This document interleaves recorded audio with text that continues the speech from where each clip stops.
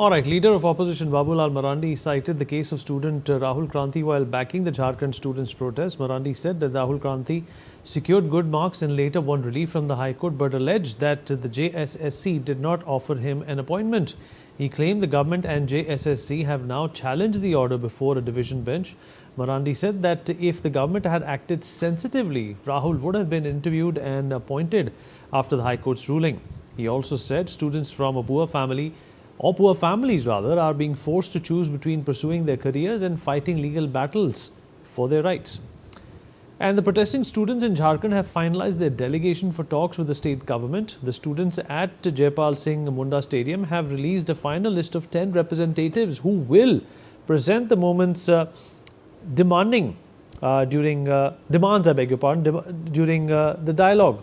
Unlike the earlier 11-member list, the revised delegation includes only students, with the names of 2 journalists and senior advocate Ajit Kumar removed. The talks are expected to focus on students' key demands, including a CBI probe into the alleged JPSC-JSSC irregularities, action over recruitment exam issues, and reforms in the recruitment process as well. Manish, my colleague with us on the broadcast. Manish, कुछ मांगे हैं छात्रों की कि CBI probe होना चाहिए, जज होने चाहिए उसमें. शासन को क्या आपत्ति हो सकती है इस छानबीन से? देखिए, सीबीआई को लेकर के यहाँ पर अगर जेपीएससी की खासकर अगर हम बात करें तो जेपीएससी की पहली और दूसरी जो परीक्षाएं हुई थी, यानी कि उस वक्त बीजेपी की सरकार हुआ करती थी झारखंड में, और उस वक्त मतलब कहा जा सकता है 2000 के वक्त ही झारखंड एक अलग राज्य बना था. तो उस टाइम जो परीक्षाएं ली गई थी जेपीएससी के द्वारा, वो परीक्षाएं भी काफी विवादों में रही. आरोप यहाँ तक लगे कि वहां पर जो नेताओं के बच्चे थे या उनके रिश्तेदारों को जो है पैरवी पर नौकरियां दी गई, पैसों पर नौकरियां दी गई, और उस मामले की भी जांच सीबीआई कर रही है.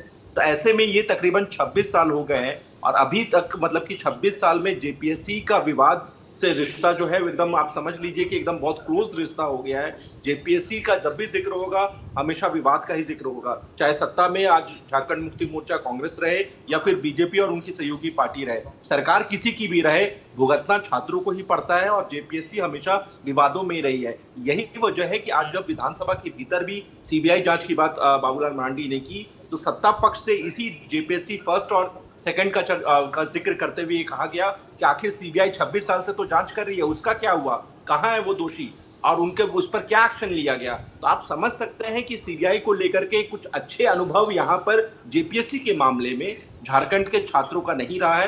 प्लस जैसे ही सीबीआई जांच की बात आप करते हैं, सत्ता पक्ष यानी जेएमएम कांग्रेस के नेता बीजेपी को घेरने लगती है, बाबूलाल मरांडी को घेरने लगती है कि आपके शासनकाल में जो जेपीएससी ने जो नौकरियां दी थी वो भी तो विवादों में रही थी. तो ऐसे में यहाँ पर बीजेपी के लीडर्स भी बहुत ज्यादा कंफर्टेबल नहीं है, लेकिन पूरा मामला छात्रों के हितों से जुड़ा हुआ है.